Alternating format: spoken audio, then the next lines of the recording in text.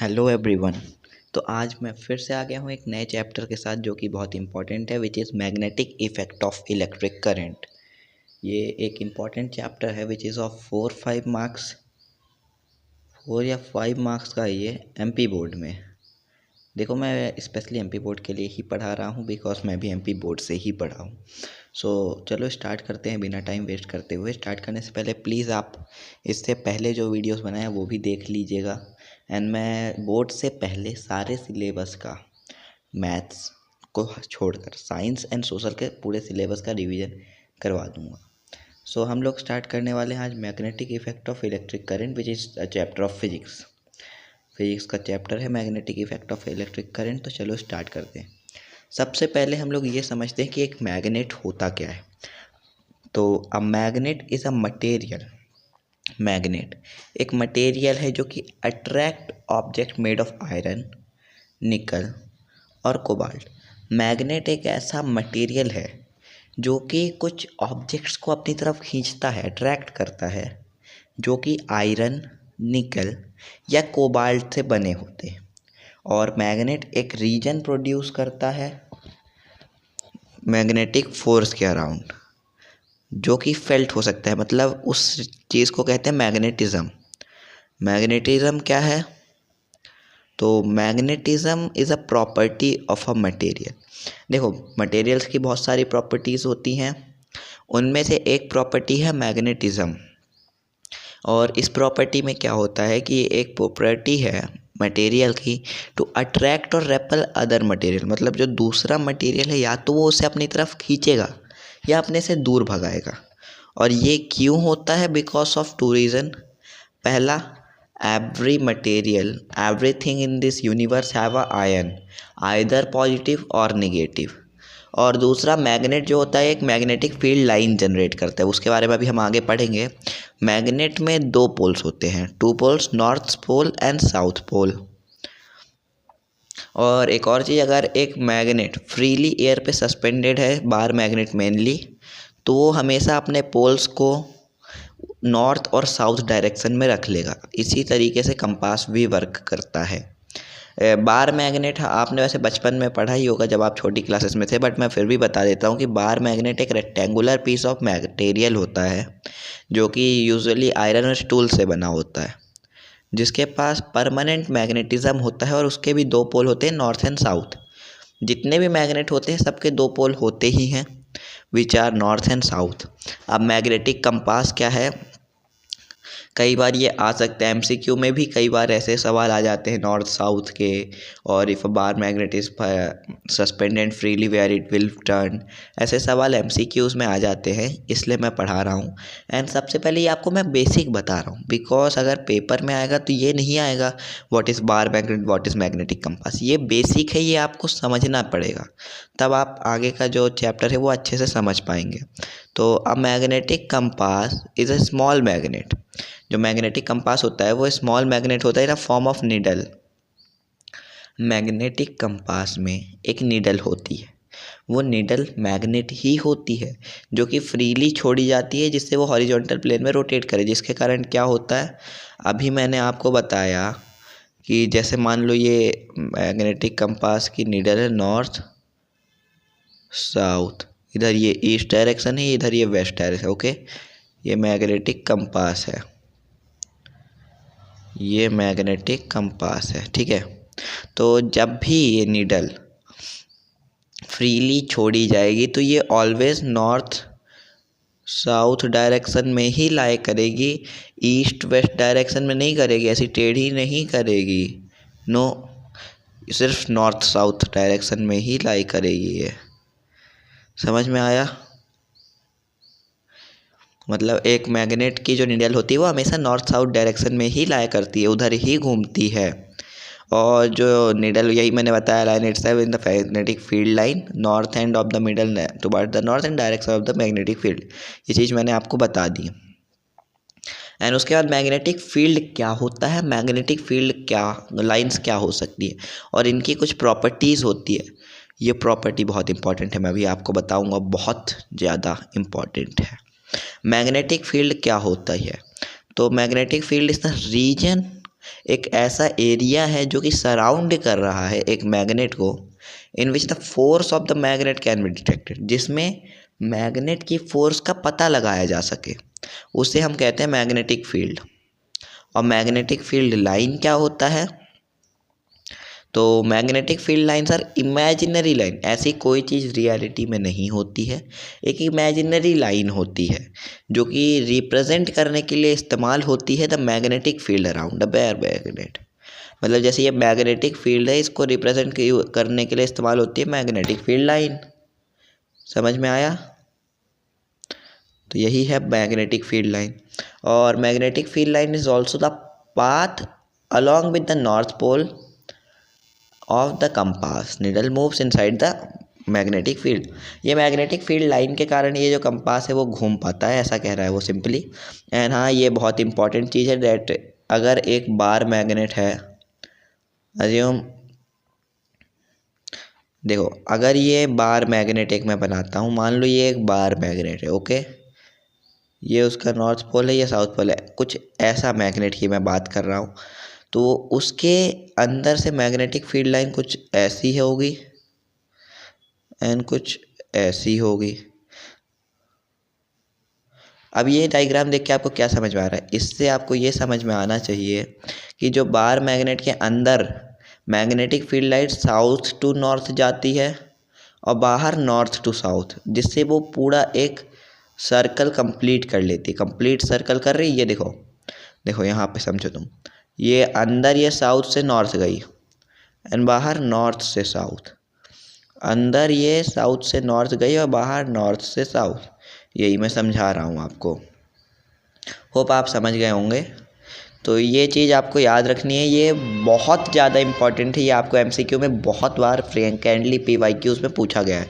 And उसके बाद आता है बहुत ही ज़्यादा इंपॉर्टेंट, यहाँ पे स्टार बना लो, very very very important, because ये 1 2 नहीं 8 से 9 बार पीवाईक्यूज़ में पूछा गया है। अगर हम पिछले 10 से 12 साल का पेपर उठाए तो उसमें से 8 9 बार तो ये क्वेश्चन आया ही है।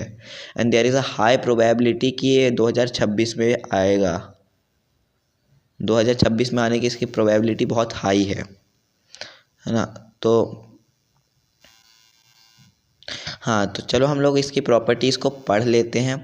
पहली प्रॉपर्टी होती है, देखो एक चीज़ आपको प्रेजेंटेशन टिप दे दूँ, अगर कभी भी आप ऐसा आंसर लिखना प्रॉपर्टीज़ या कोई भी चीज़, तो पहले एक पॉइंट लिखना, उसके बाद उस पॉइंट को एक्सप्लेन करना। जैसे मैंने नोट्स में लिखा है, जैसे मैंने लिखा है क्लोज्ड कंटिन्यूअस कर्व, उसके बाद इसको एक्सप्लेन करो कि जो लाइंस होती हैं वो क्लोज्ड कंटिन्यूअस कर्व होती हैं, जो कि नॉर्थ पोल से स्टार्ट होती हैं और साउथ पोल पे जाके ख़त्म होती हैं, और इनसाइड वो साउथ टू नॉर्थ जाती हैं। ये चीज़ मैंने अभी आपको बताई ऊपर, यही चीज़ लिखिए। फिर दूसरा पॉइंट है closeness of the field line. The closeness of the field line indicate the strength of the magnet.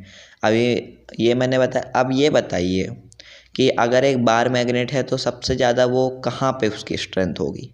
अब कुछ क्या यहाँ पे होगी या यहाँ पे होगी या यहाँ होगी, यहाँ होगी, कहाँ होगी बताइए? नहीं समझे?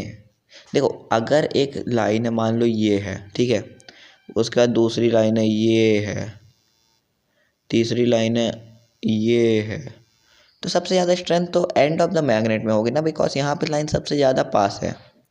जो लाइन है वो सबसे ज़्यादा पास यहाँ पे है और दूर दूर है यहाँ, मतलब बिल्कुल एंड ऑफ द मैग्नेट पे स्ट्रेंथ सबसे ज़्यादा होगी। इस बात को आपको याद रखना है।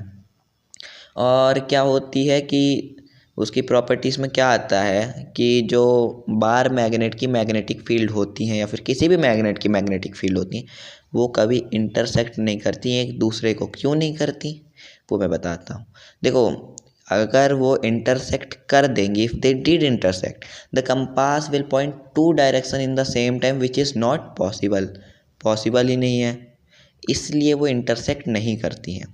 अब देखो मैग्नेटिक फील्ड यूज हुआ करंट कैरिंग कंडक्टर के बारे में हम पढ़ते हैं। अगर कोई भी करंट कैरिंग कंडक्टर है तो वो हमेशा मैग्नेटिक फील्ड बनाता है। ये तो आपने पढ़ ही रखा होगा, मैं रिवीजन करवा रहा हूँ, बट आपने पढ़ रखा हो तो आपको रिवाइज हो रहा होगा, थोड़ा बहुत क्लिक हो रहा होगा ना दिमाग में, याद करो। हाँ तो चलो इसके भी 3 पॉइंट है, वो भी पढ़ लेते हैं। पहला है मैग्नीट्यूड ऑफ करंट, जिसे हम आई से डिनोट करते हैं। The magnetic field increases with an increase in the current through out the, मतलब दो आई होता है वो डायरेक्टली प्रोपोर्शनल होता है to the magnetic field. I is directly proportional to magnetic field. मतलब अगर आई बढ़ेगा, if I will get reverse then magnetic field also, और अगर आई कम होगा तो मैग्नेटिक फील्ड भी कम होगी। सिंपल सा फंडा है ना। मतलब stronger current equals to stronger magnetic field, simple मैंने लिख रखा है। दूसरा है डिस्टेंस फ्रॉम द कंडक्टर, मतलब the magnetic field decreases as the distance from the conductor increases. इसका मतलब जो मैग्नेटिक फील्ड होती है वो इन्वर्सली प्रोपोर्शनल होती है टू द डिस्टेंस। डिस्टेंस से मैग्नेटिक फील्ड इन्वर्सली प्रोपोर्शनल होती है, सिंपल सी बात। अगर डिस्टेंस बढ़ेगा तो मैग्नेटिक फील्ड कम हो जाएगी, सिंपल। और तीसरा पॉइंट है डायरेक्शन ऑफ करंट, मतलब direction of magnetic field around the current depend on the direction of current. ये अभी हम Maxwell right hand thumb rule के बारे में पढ़ेंगे, तब मैं बता दूंगा। अरे आ ही गया। तो ये अब हम पढ़ेंगे Maxwell right hand thumb rule. ये बहुत ही ज़्यादा इजी है, बस आप समझिएगा ये क्या कह रहा है। ये जो भी लिखा है इनसे आप हटाइए, इसको रहने दीजिए। अभी थोड़ी देर के लिए आप इसको बिल्कुल भूल जाइए, थोड़ी देर के लिए आप इसको भूल जाइए, ठीक है। सोचिए यहाँ कुछ है ही नहीं, भूल जाइए इसको और मेरी बात सुनिए। एक डायग्राम है, उसकी मदद से आपको पूरा वो समझा दूंगा। इसमें ये कह रहा है, ये मान लीजिए आपका अंगूठा, ये उंगली है और ये है हाथ। एक करंट कैरिंग कंडक्टर को आपने पकड़ा, मान लो ये एक करंट कैरिंग कंडक्टर मैंने बना दिया, करंट ऊपर की तरफ जा रहा। आपका ये अंगूठा करंट कैरिंग कंडक्टर की तरफ होगा, तो करंट की जो मैग्नेटिक फील्ड होगी वो हमेशा आपकी उंगलियों की तरफ होगी। मतलब आप एक मुट्ठी बनाओ और अंगूठा सीधा करो, जब अंगूठा सीधा है जिस भी डायरेक्शन में, तो करंट आपकी जो उंगलियां हैं वो अंदर की तरफ आ रही होंगी, वही है मैग्नेटिक फील्ड एक करंट कैरिंग कंडक्टर की। अब इसको हम लोग इससे भी समझ लेते हैं।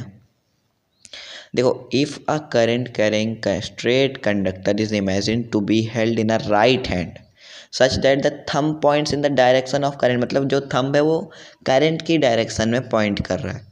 देन जो कर्ल ऑफ द फिंगर यानी उंगलियों का जो मुड़ाव है वो कंडक्टर के, जो उंगलियों का मुड़ाव है कंडक्टर के चारों ओर, वो हमें देगा the direction of magnetic field.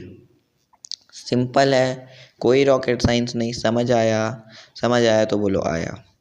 ये देखो, ये एक सर्कुलर लूप है। ये क्या है ये मैं अभी नीचे बताता हूँ।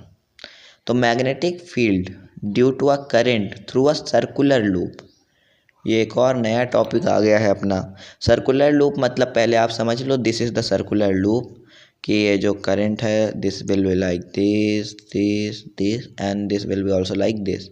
ये जो करंट है इस तरीके से रहेगा। तो इसको अब हम लोग पढ़ लेते हैं। ईच स्मॉल पोर्शन, हर एक छोटा portion of the loop behave like a tiny straight conductor. देखो, एक लूप है, दिस इज अ लूप, इसका हर एक कोना एक टाइनी स्ट्रेट कंडक्टर की, मान लो ये लूप है ना, ये लूप है, मान लो ये बना देता हूँ, पूरा बना देता है ना। तो उसके बाद ये देखो, एकदम जूम किया तो ये एक स्ट्रेट कंडक्टर की तरह होगा, ये एक स्ट्रेट, ऐसा हर एक कोना स्ट्रेट कंडक्टर की तरह वर्क करेगा। समझ में आया? तो जब ये ऐसा वर्क करेगा तो सबके अराउंड एक मैग्नेटिक फील्ड लाइन प्रोड्यूस हो जाएगी। This is as simple as that. तो उसके बाद एक दूसरा पॉइंट क्या है, these circles become larger and larger as we move away from the wire. जैसे जैसे हम वायर से दूर जाएंगे ये सर्कल बड़े होते जाएंगे। और हाँ, एक चीज़ हमेशा ध्यान रखना, जितने बड़े सर्कल उतनी लो मैग्नेटिक पावर, उतनी कम स्ट्रेंथ की मैग्नेटिक लाइन होगी। The magnetic field at the centre is strongly and nearly uniform, यानी जो सेंटर के पास है वो यूनिफॉर्म भी है और स्ट्रांग भी है। देखो, सेंटर के पास यानी this one, this is close to this, this यानी स्ट्रांग तो है ही, साथ में इक्वल डिस्टेंस होगा इसमें। इधर जो हो जाएंगे तो ये डिस्टेंस बढ़ता जाएगा, but this will have equal distance, यही वो कहना चाह रही है लाइन। बहुत इजी तरीके से समझा रहा हूँ, बस आप समझिएगा। देखो, अगर कोई करंट एंटी क्लॉकवाइज जाता है तो उसका जो मैग्नेटिक पोल है वो नॉर्थ होगा, और कोई करंट अगर क्लॉकवाइज जा रहा है तो उसका मैग्नेटिक पोल साउथ होगा। ये तो सिंपल बेसिक सी बात है, आपने पहले भी पढ़ ही रखा होगा। अब मैं आपको एक इम्पॉर्टेंट टॉपिक के बारे में बताता हूँ, which is solenoid. Solenoid important है, बोर्ड्स में उसके आने के चांसेस हैं।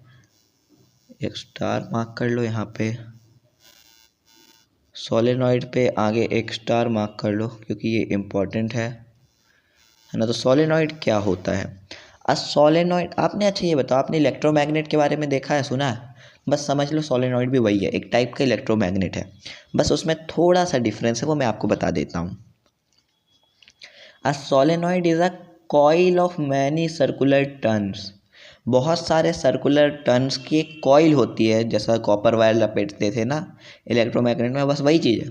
ऑफ इंसुलेटेड कॉपर, कॉपर की बात हो रही है, wire bound closely in the shape of a cylinder. कुल मिला के ये ऐसा बोल रहा है कि जो सोलिनॉइड होता है वो एक इलेक्ट्रोमैग्नेट है ना। सोलिनॉइड एक इलेक्ट्रोमैग्नेट है, समझ में आया?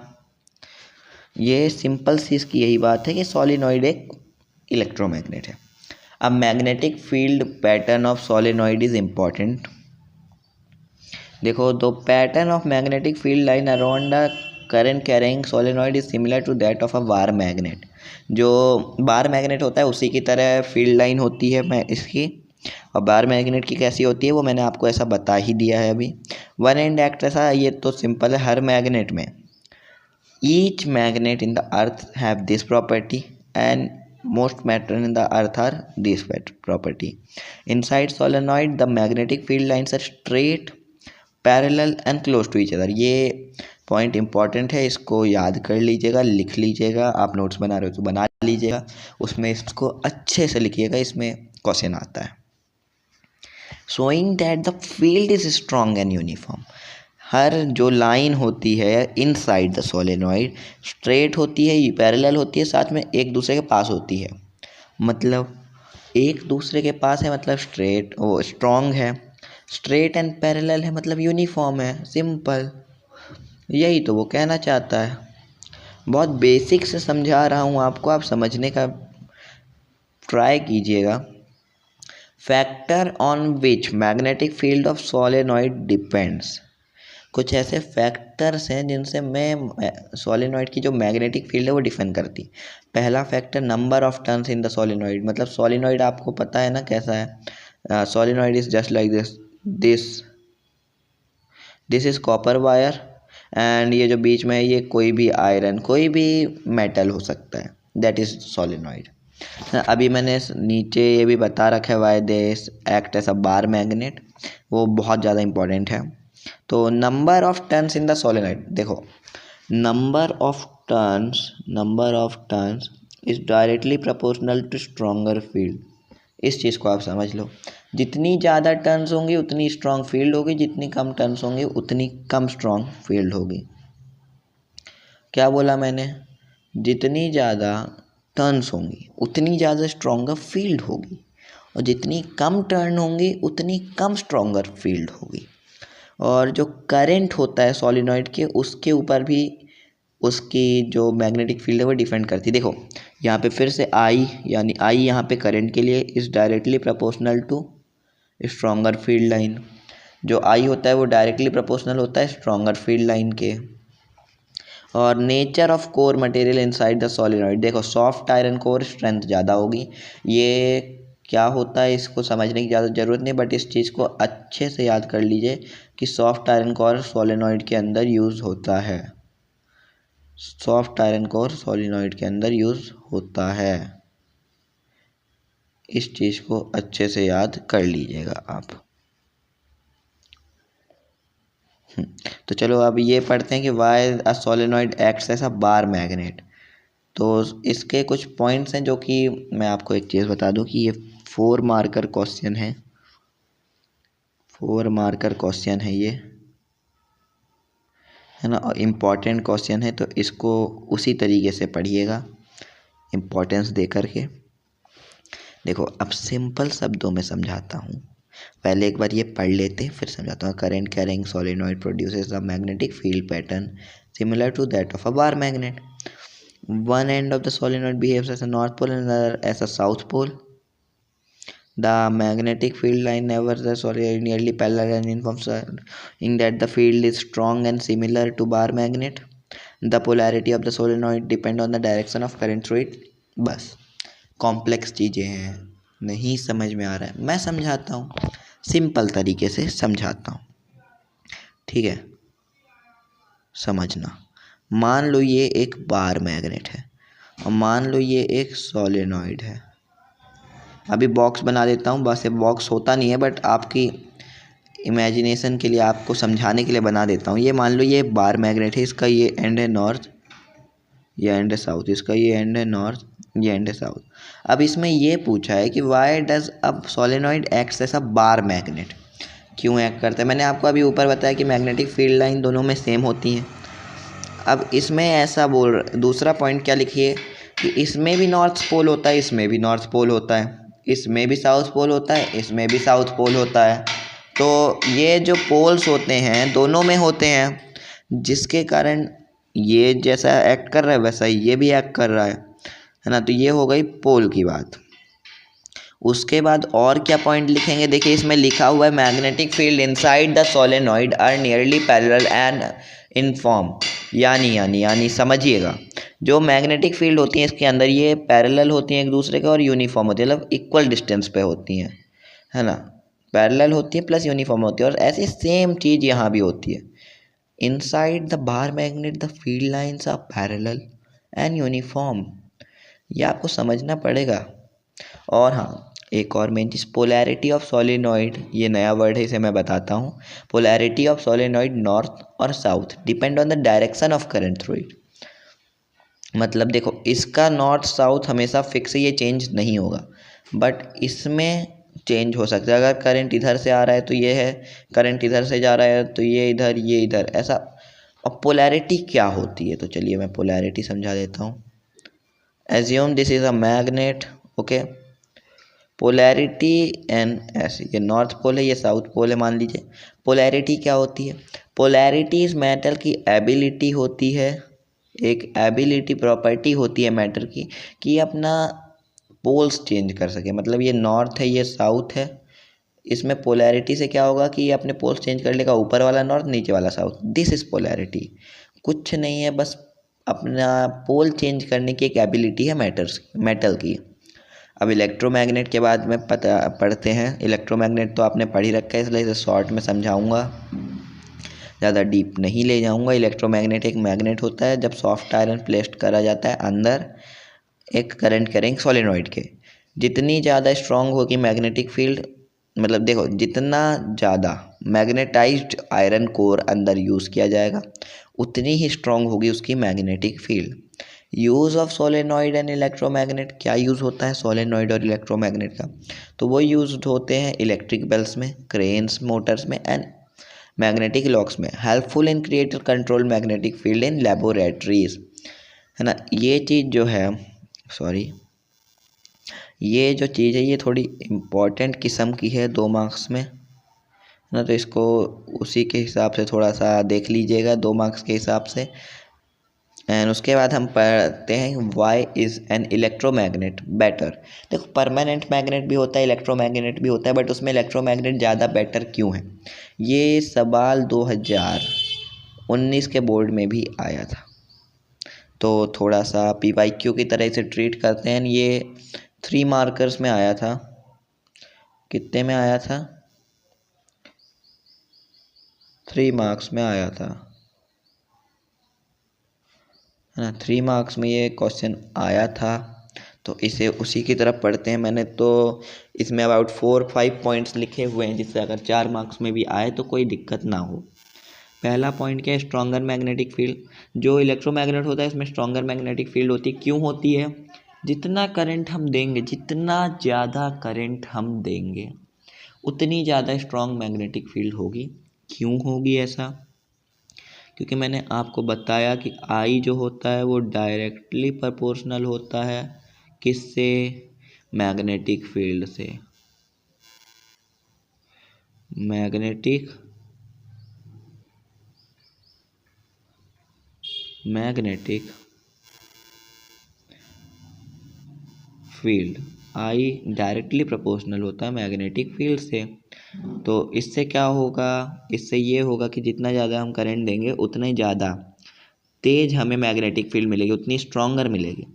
मैग्नेटिज्म कैन बी कंट्रोल्ड, मतलब होता है कि strength of magnet can be increase और डिक्रीज, मतलब करंट जितना देंगे उतना, वही चीज़ है, सेम चीज़ अलग अलग भाषा में। टेम्परेरी मैग्नेटिज्म, मतलब अगर हम करंट देना बंद कर देंगे, ये टेम्परेरी मैग्नेट होते हैं, जब करंट दे रहे हैं तब मैग्नेट, जब नहीं दे रहे हैं तो लोहा, है ना। तो ये यही चीज़ मैंने इसको, ये आप पढ़ लीजिएगा क्योंकि मैंने बस आपको समझा दिया है। और पोलैरिटी कैन बी रिवर्स, मतलब अगर उल्टे डायरेक्शन से करंट देने लगेंगे तो सिंपल पोलैरिटी चेंज हो जाएगी, वही चीज़ है। ये सब मैंने आपको बता दिया। और इलेक्ट्रोमैग्नेट बहुत सारे एप्लीकेशंस में आते हैं, यूज़फुल होते हैं, है ना। इलेक्ट्रोमैग्नेट जो होते हैं वो बहुत सारे एप्लीकेशंस में यूज़ होते हैं, जैसे कि electric well, cranes, electric Motors, speakers, और मैग्नेटिज्म का जहाँ कंट्रोल चाहिए होता है वहाँ ये यूज़ होते हैं। सिंपल सी बात है। अब हम थोड़ा difference between permanent magnet and electromagnet देखेंगे। ये एक 4 मार्कर सवाल है, 4 मार्कर सवाल है ये, तो इसको उसी की तरह ट्रीट करिएगा। इलेक्ट्रोमैग्नेट में क्या होता है, जो तभी जाता है, ये सब मैंने आपको बता दिया, आप एक बार पढ़ लीजिए ना। मैंने आपको सब कुछ बता दिया है कि स्ट्रेंथ इंक्रीज या डिक्रीज की जा सकती है, टेम्परेरी बैनिश हो जाता है जब करंट बंद हो जाए, पोलैरिटी चेंज हो सकती है, और एग्जाम्पल्स हैं कुछ। अब इसमें देखें तो परमानेंट होता है, मैग्नेटिक फील्ड हमेशा होती है, पोलैरिटी चेंज नहीं हो सकती, और एग्जाम्पल हैं कुछ। वही चीज़ें हैं, मैंने आपको सब कुछ बता दी हैं। अब एक इम्पॉर्टेंट टॉपिक्स में जाते हैं। अभी जो 2026 का ऑफिशियल सैम्पल पेपर है उसमें ये 3 मार्क्स में आया था, 3 मार्क्स। और तो और ये है एक अपना 2 सेकेंड, ये अपना ऑफिशियल सैम्पल पेपर का क्वेश्चन है, SP 2026 में आया है, 2026 के सैम्पल पेपर में ये आया है, तो इसको उस हिसाब से ट्रीट करिएगा। इसमें क्या है कि फ्लेमिंग्स लेफ्ट हैंड रूल, ये थोड़ा सा इम्पॉर्टेंट टॉपिक है, इससे अच्छे से समझिएगा और इसको याद से याद कर लीजिएगा, लर्न बाय हार्ट कर लीजिएगा, क्योंकि ये आता है और बहुत ज़्यादा चांसेस है कि 2026 बोर्ड में ये आएगा। फ्लेमिंग्स लेफ्ट हैंड रूल क्या कहता है? फ्लेमिंग लेफ्ट हैंड रूल कहता है कि अगर आपकी फोर फिंगर कौन सी होती है, जो थंब और मिडल फिंगर के बीच में होती है उसे फोर फिंगर कहते हैं। मिडल फिंगर जो बीच में होती और थंब अंगूठा लेफ्ट हैंड के, ये तीनों उंगलियां अगर स्ट्रेच की जाएं म्यूचुअली, कि सब एक दूसरे के परपेंडिकुलर हो जाए, मतलब तीनों four finger, middle finger, thumb तीनों एक दूसरे के परपेंडिकुलर हो जाएं, इस तरीके से स्ट्रेच किया जाए, तो जो फोर फिंगर होती है वो direction of magnetic field, middle finger direction of current and thumb direction of the conductor बताते हैं, मतलब फोर्स बताते हैं, थ्रस्ट। ये देखो, ये मैंने डायग्राम बनाया, थोड़ा अजीब सा है, मैं आपको अच्छे से बना के समझाता हूँ, रुकिए। ये मान लीजिए आपकी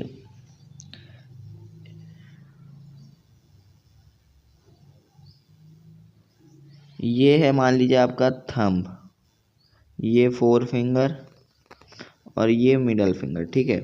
तो इसमें अब मैं देखो, ये मान लीजिए, तो इसमें क्या कहते हैं कि डायरेक्शन ऑफ मैग्नेटिक फील्ड बताएगी फोर फिंगर, ये जो है ये बताएगी, ये बताएगी डायरेक्शन ऑफ मैग्नेटिक फील्ड बताएगी। जो मिडल फिंगर है वो क्या बताएगी, डायरेक्शन ऑफ करंट की डायरेक्शन बताएगी। और ये क्या बताएगी, ये बताएगी फोर्स अप्लाइड, कितनी फोर्स लग रही है, फोर्स ऑफ द कंडक्टर बताएगी। ये सिंपल है, आपको डेफिनेशन याद होनी चाहिए, because MP board direct definition पूछता है कि state Fleming's left hand rule, है ना। तो इसमें मैंने यहाँ पे लिख दिया है कि अगर 2 सेकेंड, 2 सेकेंड, जस्ट 2 सेकेंड। एक स्लाइड 2 बार आ गई है, सॉरी, एक स्लाइड 2 बार आ गई, कोई बात नहीं। हाँ, तो factor on which force of a current carrying conductor depend. कौन से फैक्टर्स होते हैं जिसमें एक करंट कैरिंग कंडक्टर की फोर्स डिपेंड करती है ना? तो करंट होता है, magnetic field, length and angle. ये सिंपल सी बात है, इसे मैंने आपको अब भी बताया, ये सब जस्ट इससे पहले मैं आपको ये सब बता चुका हूँ। अब एक आता है डोमेस्टिक इलेक्ट्रिक सर्किट, ये भी एक इम्पॉर्टेंट टॉपिक है। तो डोमेस्टिक इलेक्ट्रिक सर्किट क्या होता है? The system through which we receive electric power in our home. एक ऐसा सिस्टम जिसके द्वारा हम अपने घर में पावर, आपके घर में लाइट जलती है, फैन जलता है, तो वो सब के लिए पावर कहाँ से आती? डोमेस्टिक इलेक्ट्रिक सर्किट से आती है। एक चीज़ हमेशा याद रखिएगा कि डोमेस्टिक इलेक्ट्रिक सर्किट में करंट हमेशा 220 वॉट ही आता है। और एक और चीज़ है, ये सब मैंने आगे लिखी होगी बट मैं पहले बता देता हूँ कि हमेशा domestic electric circuit parallel circuit से डिवाइसेस को कनेक्ट करता है ना? पैरेलल सर्किट होती है, ये मैंने लिखी भी होगी। हाँ, ये लिखा है ना, एडवांटेजेस लिख रखे हैं उसके। ये हमेशा पैरेलल सर्किट में होता है और उसके कुछ एडवांटेजेस होते हैं। एंड इसके एडवांटेज भी जो हैं वो भी एक PYQ ही है। क्या है? PYQ है, मतलब प्रीवियस ईयर्स में पूछे गए हैं, इसलिए इसको अच्छे से देखिएगा। तो क्या होता है कि पैरेलल कनेक्शन में सारे जितने भी अप्लायंस होते हैं वो सेम पोटेंशियल डिफरेंस पाते हैं, विच इज़ 220 वोल्ट। अगर आपको इलेक्ट्रिसिटी नहीं पढ़ा, चिंता मत करिए, मेरे से बोलिए, मैं आपको पढ़ा दूंगा, आप कमेंट में मुझे बता दीजिएगा। Each appliance can be switched on और off independently without affecting other appliance, और device of power rating can be use together as they requirement current according to their resistance. मतलब सिंपल सी बात है, सबको बराबर करंट मिले और सभी इंडिविजुअली स्विच ऑन और ऑफ हो सकें, इसलिए उन्हें पैरेलल में किया जाता है। अब डोमेस्टिक सर्किट में 3 तरह के वायर होते हैं। Live wire which is red in colour, neutral wire जो कि क्या होता है, ब्लैक कलर में होता है। जैसे मैं यहाँ पे ब्लैक कलर ला देता हूँ, which is black in colour. कहाँ गया? Neutral wire is black in colour, and जो अर्थ वायर होता है वो ग्रीन इन कलर होता है, तो इसे ग्रीन कर देते हैं। ये तीनों का कलर यहाँ पे मैंने बता दिए। और जो लाइव वायर होता है उसे फेस वायर भी कहा जाता है, वो करंट को पावर स्टेशन से घर तक लाता है। पावर स्टेशन में करंट आता है, उसके बाद वहाँ से घर तक ये लाइव वायर लाता है। उसके बाद जो न्यूट्रल वायर होता है ब्लैक इंसुलेशन से, वो सर्किट को कंप्लीट करता है करंट को पूरे अप्लायंसेस तक, यानी आपके फ़ैन, टीवी, कूलर तक पहुँचाकर। उसके बाद जो अर्थ वायर होता है वो क्या करता है कि वो मेटल प्लेट से डीप इन द अर्थ, मतलब घर के कहीं पास में ही बहुत नीचे तक ज़मीन के गड़ा होता है, जिससे वो ओवरलोडिंग को प्रिवेंट कर सके। वो इंश्योर करता है कि मेटॉलिक बॉडी जो है वो अर्थ पोटेंशियल में ही रहे, और जिससे इलेक्ट्रिक शॉक को रिस्ट्रिक्ट करता है, सेफ्टी मेजर होता है। इसके बेनिफिट्स 2 मार्कर में आते हैं। क्या आते हैं? 2 मार्कर में आते हैं इसके बेनिफिट्स, तो उसको अच्छे से पढ़ लीजिएगा। एंड ये तो हमने पढ़ लिया, डबल ऐड हो गई थी। एंड उसके बाद है इलेक्ट्रिक फ्यूज़। ये परीक्षा अध्ययन है, उसके मॉडल पेपर में ये चीज़ दी हुई है क्योंकि ये इंपॉर्टेंट है। Electric fuse and overloading and short circuiting in the circuit.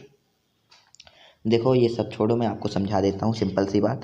एक जो इलेक्ट्रिक फ्यूज़ होता है वो ओवरलोडिंग और शॉर्ट सर्किटिंग को प्रिवेंट करता है in a circuit. The fuse wire has a low melting point, उसका मेल्टिंग पॉइंट बहुत लो होता है, जिससे वो हल्का सा अगर करंट ज़्यादा आया, रेजिस्टेंस बढ़ा तो हीट आते ही वो बिल्कुल लो मेल्टिंग पॉइंट होने के कारण वहीं से जो होता है इलेक्ट्रिक सर्किट उसे ब्रेक कर देता है। हाई रेजिस्टेंस भी होता है जिससे हीट जल्दी जनरेट हो जाए। और ये मेन चीज़ है कि जो फ्यूज़ होता है वो लेड टिन और कॉपर, लेड, टिन और कॉपर के एलॉय से बना होता है। फ्यूज़ भी सीरीज़ में ही कनेक्टेड होता है।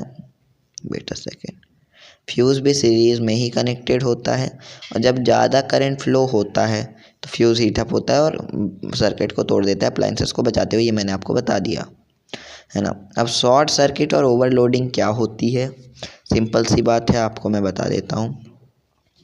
शॉर्ट सर्किट तब होती है जब, ओवरलोडिंग कब होती है? जब सर्किट के पास ज़्यादा करंट होता है, उससे ज़्यादा करंट होता है जितना वो सेफली हैंडल कर सके। तो उस टाइम पे क्या होता है, जो रेजिस्टेंस होता है वो ड्रॉप हो जाता है। जैसे ही रेजिस्टेंस ड्रॉप होता है तो करंट बिल्कुल वो हो जाता है, तेज़ हो जाता है, विच इज़, जिसे हम एक और चीज़ कहते हैं, तो वो है resistance is inversely proportional to current, जिसे हम एम्पियर भी लिखते हैं और इसे हम लिखते हैं ओम। ये दोनों की यूनिट है, एसआई यूनिट है, तो उन्हें आप याद कर लीजिएगा, इलेक्ट्रिसिटी चैप्टर में आपने पढ़ा ही होगा, है ना। तो अब नेक्स्ट क्या है कि शॉर्ट सर्किटिंग है। शॉर्ट सर्किटिंग तब होती है जब जो लाइव वायर होता है और न्यूट्रल वायर होता है वो डायरेक्ट कांटेक्ट में आ जाते हैं। मतलब मान लो ये लाइव वायर है और ये न्यूट्रल वायर कहाँ है, न्यूट्रल वायर है, ये दोनों आपस में यहाँ पे कांटेक्ट में आ गए तो यहाँ से शॉर्ट सर्किट हो जाएगा। In a short circuit current increases absolutely and can cause over heating of fire. Of नहीं, यहाँ पे ये और है ना, और फायर। अब दो तरह के करंट होते हैं, एक होता है एसी, एक होता है डीसी। दोनों के बीच में डिफरेंस बहुत इंपॉर्टेंट है, तो याद कर लीजिएगा। एक होता है अल्टरनेटिंग करंट और एक होता है डायरेक्ट करंट। अल्टरनेटिंग करंट वो होता है जो सेफली, अल्टरनेटिंग करंट जो होता है वो हमारे घर पे भी आता है।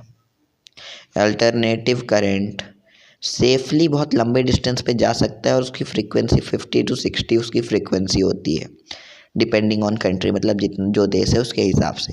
करंट डायरेक्शन रिवर्स पीरियोडिकली, मतलब करंट ऐसे आता है, करंट आगे पीछे होता हुआ आता है और ये चीपी डीसी जनरेशन से सस्ता भी होता है। बहुत सारे इसके फ़ायदे हैं।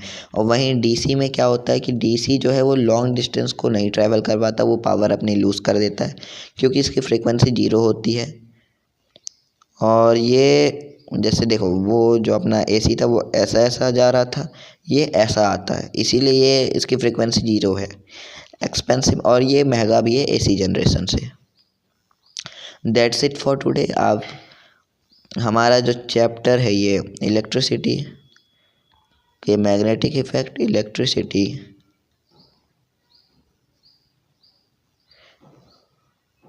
सिटी के इफेक्ट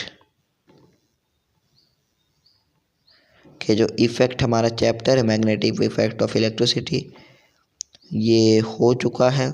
अब आप लोग क्या करेंगे, आप लोग रिवीजन करिए,